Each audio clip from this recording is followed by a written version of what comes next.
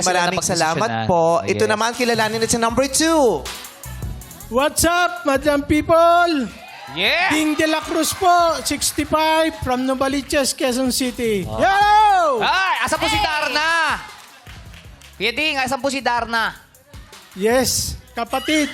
Pas panganay lang ako ng konti. Oo. Panganay po ni Darna? Parang ganun.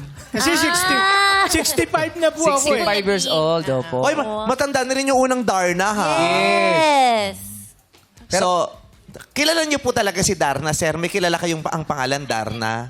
Wala po. Ah, wala. Okay. So, Sir Ding, ano pong pinagkakaabalahan? Sa ngayon po, isa akong active sa religion namin sa simbahan. Maaari po bang tanungin kung anong religion yan? Catholic po. Ano po ginagawa niyo po doon, tatay? Isa po akong Knights of Columbus officer. At sa 15 po, to be installed as lay minister. Ah.